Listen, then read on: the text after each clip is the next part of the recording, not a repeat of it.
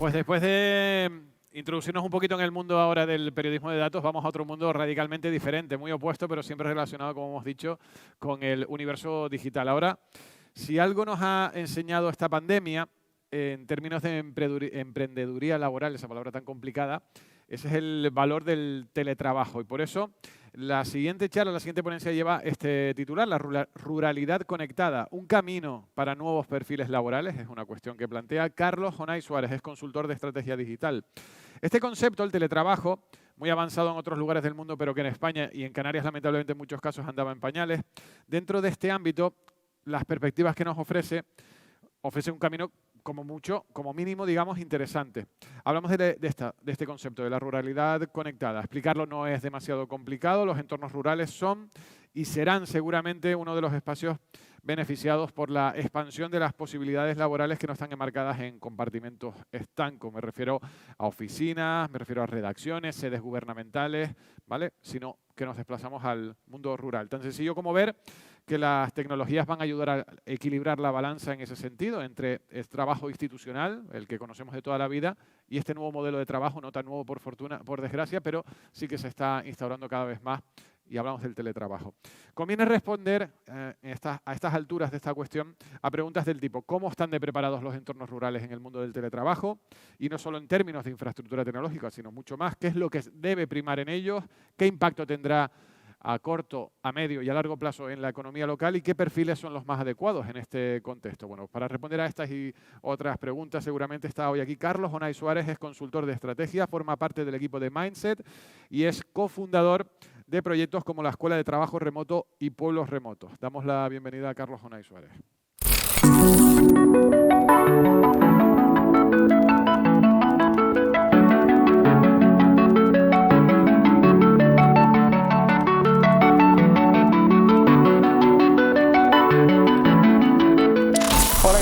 Carlos Jonay Suárez, cofundador de Pueblos Remotos, y bueno, en la charla de hoy de cómo la ruralidad conectada va a ayudar a generar nuevos perfiles laborales, vamos a comentar pues en qué consiste esto de la ruralidad conectada, qué oportunidades y qué nuevos retos nos traerán por delante los entornos rurales, los perfiles de teletrabajo, de teletrabajadores que van a ir a vivir hasta ellos y cómo vamos a combinar todo esto con un cóctel que genere emprendimiento, que genere nuevos puestos de trabajo y sobre todo que nos traiga un futuro en red súper interesante.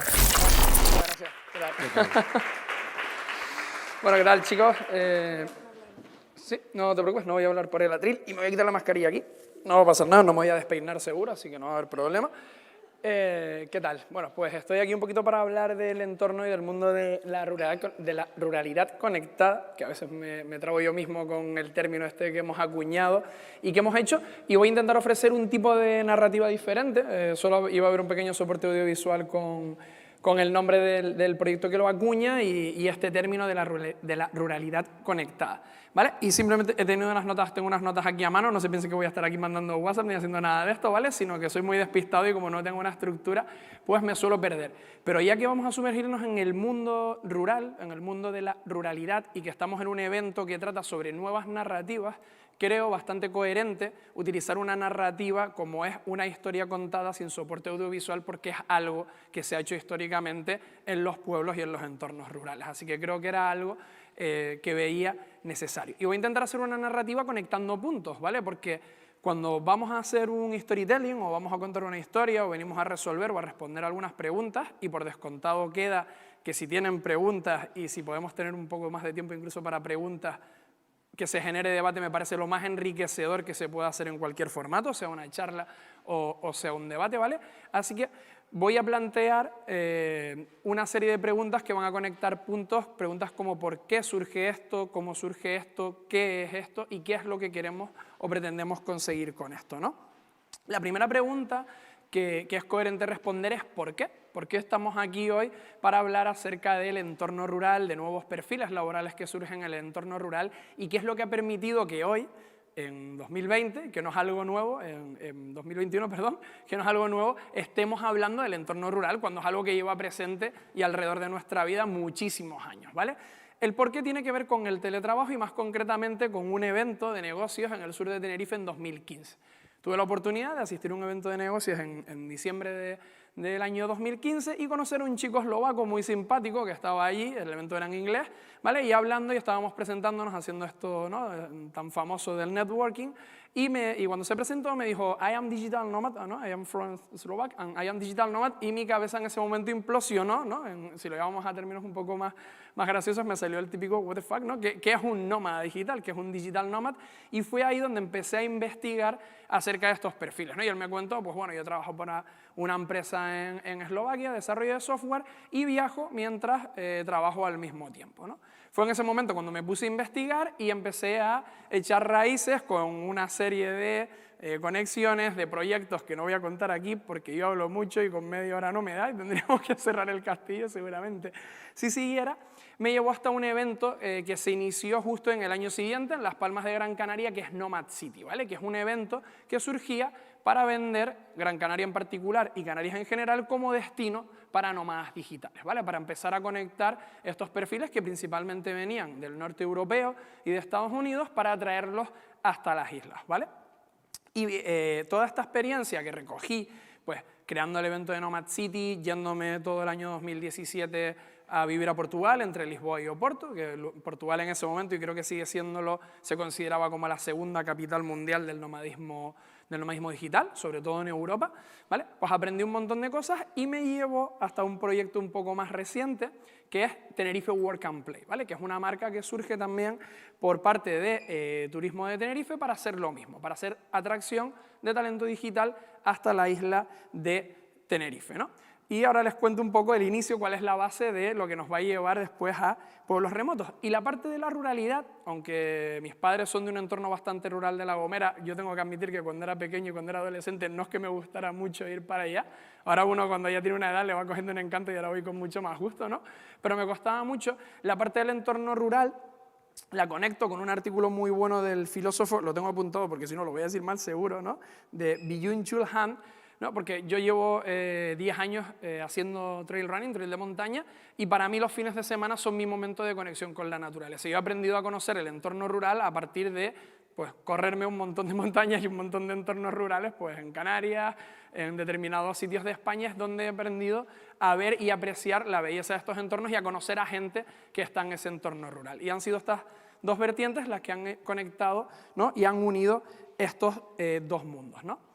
Si tengo que responder a la segunda pregunta, que es pueblos remotos, la verdad es que ahora mismo, si tengo que ser 100% sincero y 100% honesto, no tengo ni idea. Y no es porque no sepamos lo que estamos haciendo o porque no queramos saberlo, sino porque pueblos remotos surgió de una conversación totalmente normal, en una sobremesa totalmente normal, después de un webinar que nos habían invitado un grupo en la península a hablar acerca de la España vaciada, ¿no? De las oportunidades que había con el teletrabajo ahora en los entornos rurales, y simplemente yo con mi compañera, que ahí también respondemos un poco el quién es, Elsa Rodríguez y yo, nos planteamos, a partir de todo lo que habíamos visto y habíamos aprendido en ese webinar, cómo sería o cómo es, o si entendíamos cómo eran los entornos rurales en Canarias, ¿no? ¿Qué era la diferencia que tenían los entornos rurales en Canarias con otros entornos rurales en la península ibérica o en otros ecosistemas europeos?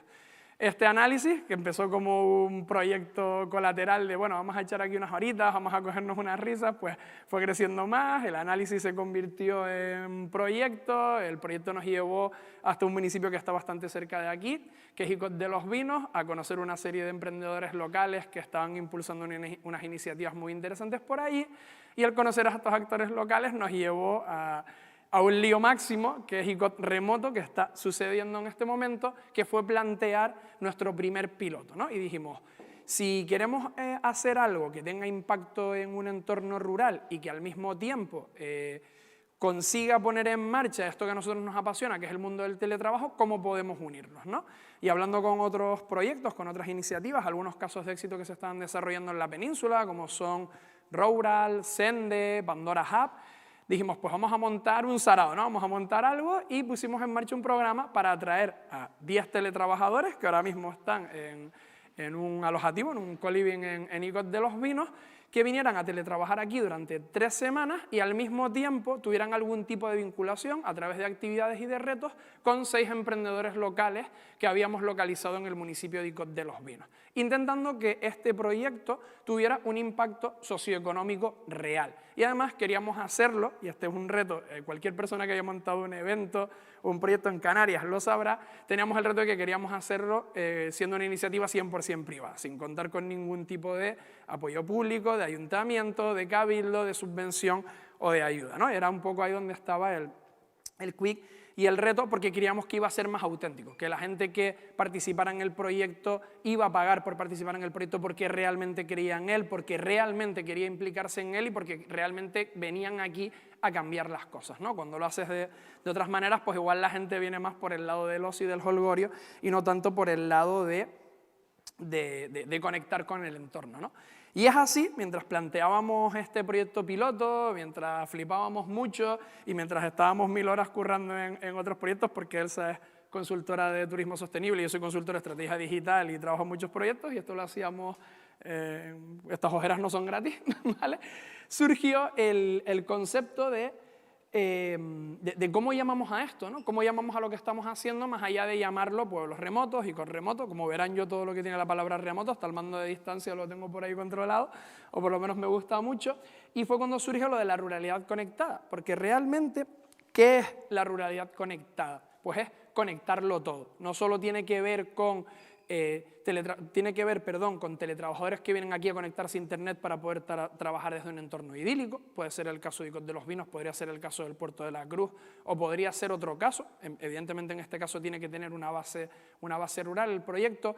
Tiene que ver el conectar a esos teletrabajadores foráneos que vienen con los emprendedores locales, tiene que ver con conectar a los emprendedores locales entre sí, tiene que ver con conectar a las instituciones, con los teletrabajadores y con los emprendedores locales, y al final tiene que ver el tejer redes con otros entornos, ¿no? Porque no vemos otro camino para crecer y que pueda ser esta generación de nuevos perfiles laborales, de nuevos empleos y esta generación de talento que no sea el crecer en red, ¿vale? El no tener esa dependencia que hemos tenido siempre de pues, ayudas, subvenciones, grandes empresas, empleo clásico, sino que en red se pueden generar comunidades, se puede hacer mucho ruido, se puede generar movimiento y todos podemos sacar cosas positivas de ese movimiento, ¿no?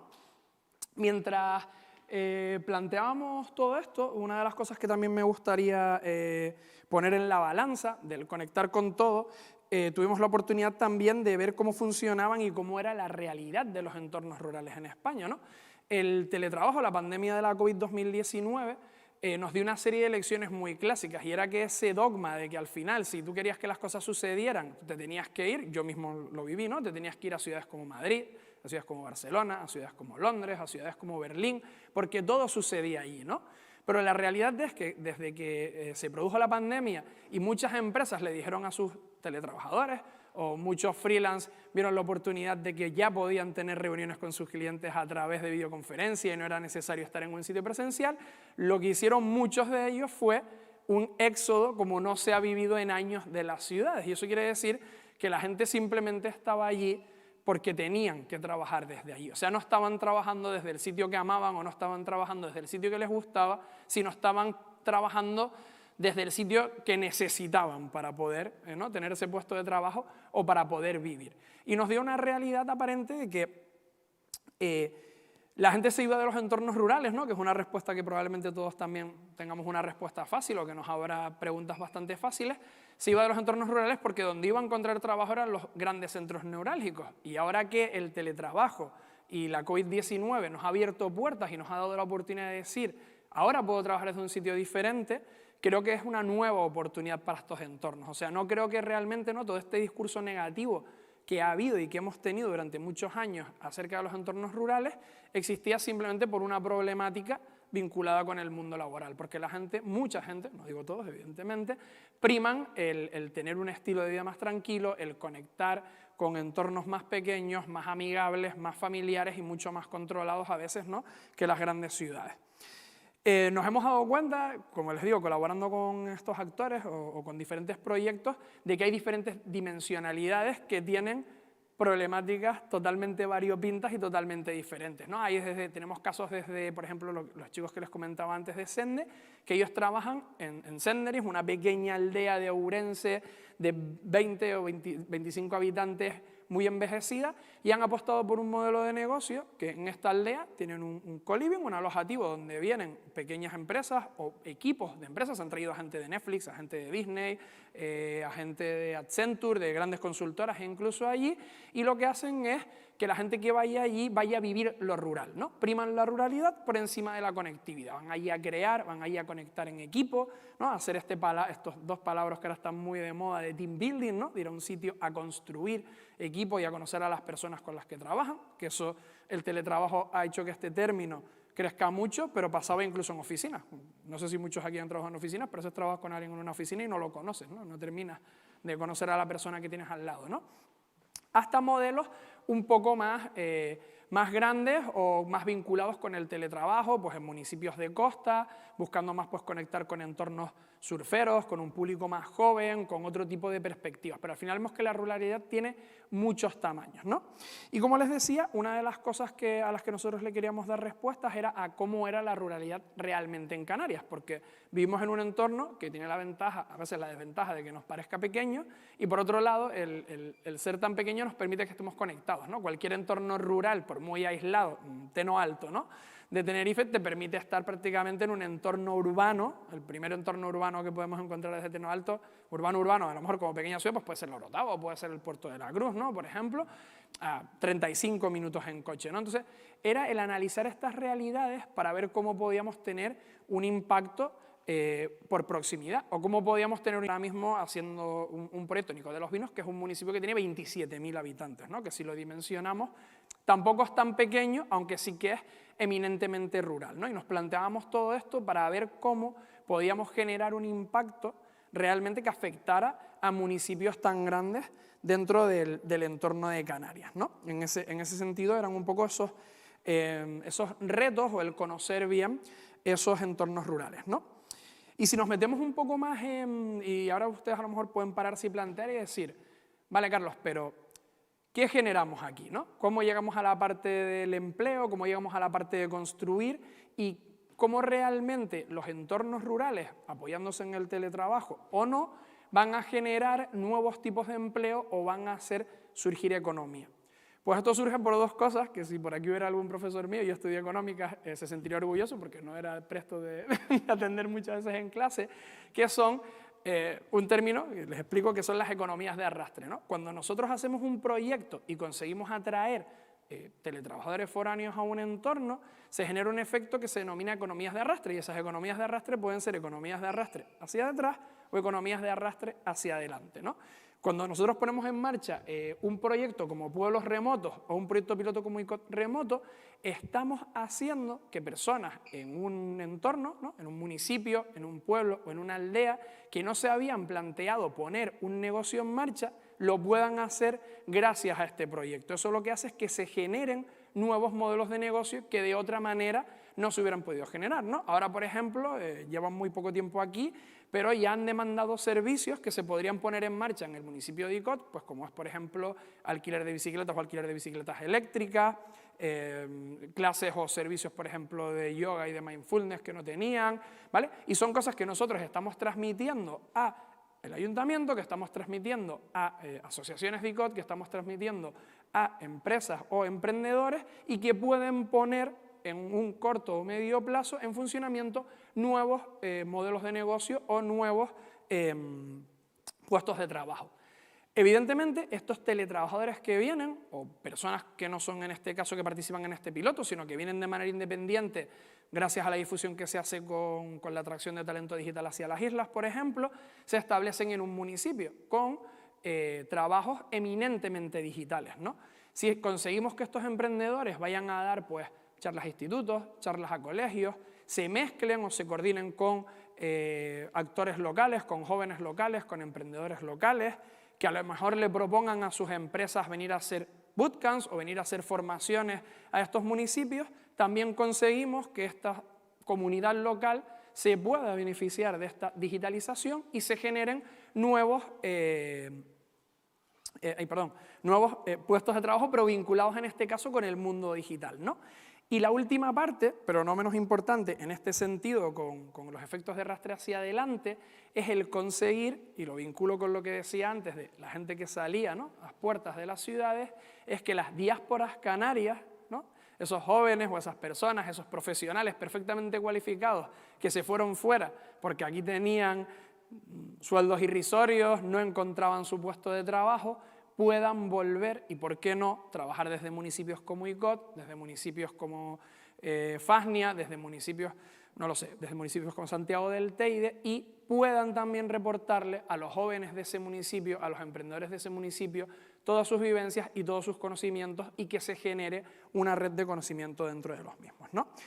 En este caso, los efectos de arrastre hacia detrás son mucho más fáciles de detectar porque son que los negocios que ya están creados en ICOT se benefician de que estas personas vengan. Se alquilan casas, o se alquilan pisos, o se crean nuevos alojativos hacia adelante, perdón, se quedan en alojativos que ya están allí, compran en la tienda del barrio. Hay que pensar que muchos perfiles a veces que vienen de fuera vienen con una mentalidad, con un mindset diferente y quieren consumir pues, productos más ecológicos, productos más locales. Ahora está muy de moda, ¿no?, todo el tema healthy, el tema vegan, van a los mercadillos a comprar y eso beneficia también y genera esos efectos de arrastre hacia detrás sobre la economía que ya existe, ¿vale? Van pues, a los gimnasios de la zona, a los bares de la zona, consumen y gastan directamente. Y por supuesto cuando están aquí, pues eso también genera impuestos que también van a las arcas públicas que sirven para hacer pues, otro tipo de cosas, ¿no? Y si tenemos que pararnos y centrarnos y hablar ahora un poco más, perdón que hay una mosca aquí que está un poco pesada, ¿vale? Y si tenemos que hablar un poco más, en este caso, del tipo de perfiles que tenemos, ¿no?, evidentemente se pueden generar, pues yo he considerado aquí 3 tipos de perfiles que también he comentado, ¿no?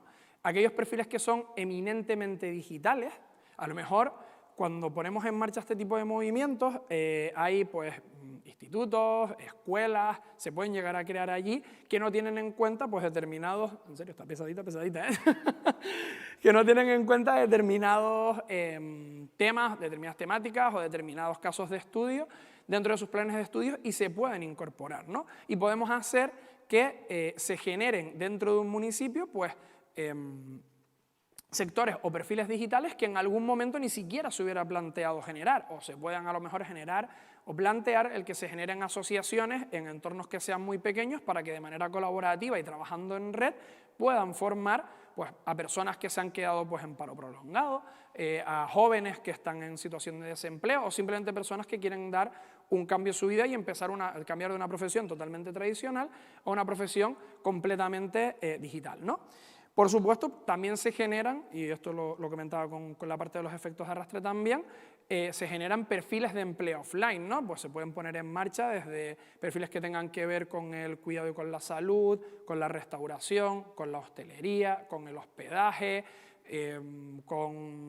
con la actividad y el ocio, con la formación, con el cuidado de niños. A veces muchas de estas personas vienen con familias también, por ejemplo, ¿no? Y se pueden generar también un montón de puestos de trabajo dentro del entorno que no tienen por qué ser eminentemente digitales, ¿no? Y uno de los casos que a mí me viene a la cabeza, que lo comenté antes pero muy de soslayo, de manera muy transversal, es el ejemplo de los emprendedores locales, ¿no? Una de las cosas que nosotros planteamos o que dijimos, esto tiene que aparecer sí o sí cuando planteamos el proyecto ICOT remoto, es que los 6 emprendedores locales que elegimos sirvan como ejemplo para que aparezcan más emprendedores locales que están, por decirlo así, como un poco a su bola, ¿no? Como diásporas sueltas, y no se les está dando importancia y no se conocen las historias que están detrás de ahí, ¿no? Ahora ya esos emprendedores locales tienen nombre y tienen proyecto, ¿no?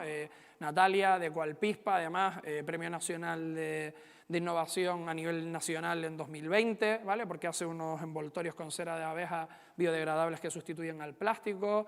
Víctor, de una bodega, de Cambium, que hace un vino que es 100% ecológico porque no utiliza sulfatos, sino que planta determinados tipos de plantas, de ajos, de remolachas y tal, que sueltan un sulfito natural y hace que no haga falta ponerle productos químicos, ¿vale? A la viña, ¿vale? Con una producción muy pequeña, unos vinos muy ricos, lo digo porque los he probado, tanto el blanco como el tinto están muy ricos.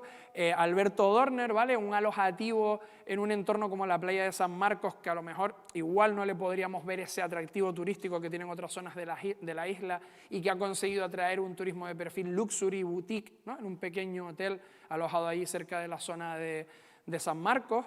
La Casa del Drago, ¿no? Cómo han reconvertido una antigua tienda muy vinculada con el mundo de la artesanía tradicional, algo muy para turistas, fast tourists, ¿no? Gente que venía en guagua, se baja 10 minutos y venga rápido que tiene que venir el siguiente, en una cafetería de kilómetro cero, todos los empleados que tiene la cafetería son de ICOT o próximos a ICOT, ¿vale? Lo que genera un impacto positivo y sostenible en el municipio.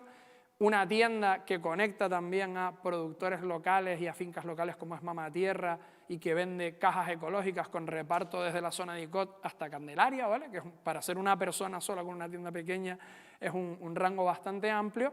O perfiles como Toñi, una chica que se había dedicado toda la vida a labor comercial en grandes superficies, en grandes supermercados y que ahora produce productos de temporada y flores comestibles en una pequeña finca ecológica en la costa de ICOT de los Vinos, ¿no? Creo que estas historias es necesario contarlas y que la gente de aquí las conozca tanto como cualquier historia de un tinerfeño, un canario o alguien que se haya ido fuera y haya triunfado en Microsoft, en LinkedIn, en Google o en donde sea, porque eso es lo que va a ayudar a que talento joven se quede aquí, a que talento joven prospere aquí y a que estos perfiles se vean reconocidos y con el tiempo resulten atractivos y por lo tanto empieza a entrar más pasta por ahí y ellos también pues, puedan ganar algo más de dinero, ¿no? Y voy resumiendo ya, que no sé cómo voy de tiempo, pero creo que más o menos iré por ahí con los próximos pasos. Como les decía, abrí diciendo que no tenía ni idea de qué es ahora mismo pueblos remotos y cierro respondiendo que no tengo ni idea de todo lo que podemos conseguir, porque a mí me ha sorprendido gratamente el impacto mediático que ha tenido el proyecto y tenemos ahora mismo aproximadamente unas 37 propuestas encima de la mesa de generar cosas como ICOT remoto en países tan variopintos o terrenos tan variopintos pues como zonas del Valle Aragonés en Península, de Andalucía, municipios aquí en Canarias, entornos rurales en Colombia, en Francia, en Suecia, en Noruega, ¿vale? Y no sé lo que va a pasar con todo esto, somos solo 2 personas, ¿vale? Ahora mismo detrás del proyecto. Lo que sí que tengo claro es que pase lo que pase con el proyecto, lo que me gustaría es que se replicara este sentimiento, esta parte más boutique de que se conocieran esas historias locales, de esos emprendedores locales, siempre conectadas con gente que venga de afuera. Así que bueno, eso es todo lo que les venía a contar hoy acerca de las nuevas oportunidades que tiene el entorno rural y si tienen cualquier pregunta, pues aquí estoy para responder.